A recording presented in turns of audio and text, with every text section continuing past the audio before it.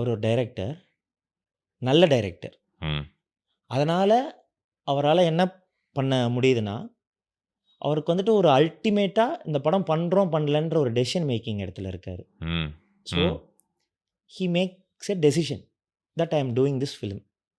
அத்தோட அதுக்கு மேல அந்த கிரியேட்டருக்குள்ள ஏன்னா நம்ம முடிவு எடுத்தாச்சு. அதுக்கு மேல அத டிஸ்டர்ப் பண்ணாம, அவரோட விஷனுக்கு நம்ம அடாப்ட் ஆக ஆக தான் படம் நல்லா வரும்.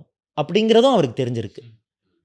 ஸோ ஐ ஃபீல் இதுதான் பிரதீப் அவர் வந்துட்டு இந்த படத்துலயும் சரி, அவரோட ஓவரால் பெர்சனாலிட்டியாவும் நான் கவனிச்சது என்னன்னா, he has a very good sense to choose.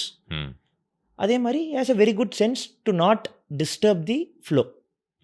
So he always encourages. வேற எதுவுமே இல்ல. என்ன சொன்னாலும் பண்றது. நம்ம யோசிக்கிறது கூட நீங்க யோசிச்சது வந்துருச்சா?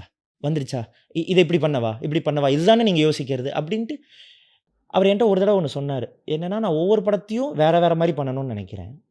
அப்படி வேற வேற மாரி நான் பண்ணணும்னா, எனக்கு எதிர்ல இருக்கிற ஆள் தான். டைரக்டர் தான் வேற வேறயா இருப்பாங்க. அப்போ அவங்களோட மைண்ட்ல என்ன இருக்குதோ, அத பண்ணா தான் எனக்கு ஒவ்வொரு படமும் வேற வேற மாரி இருக்கும். ம்.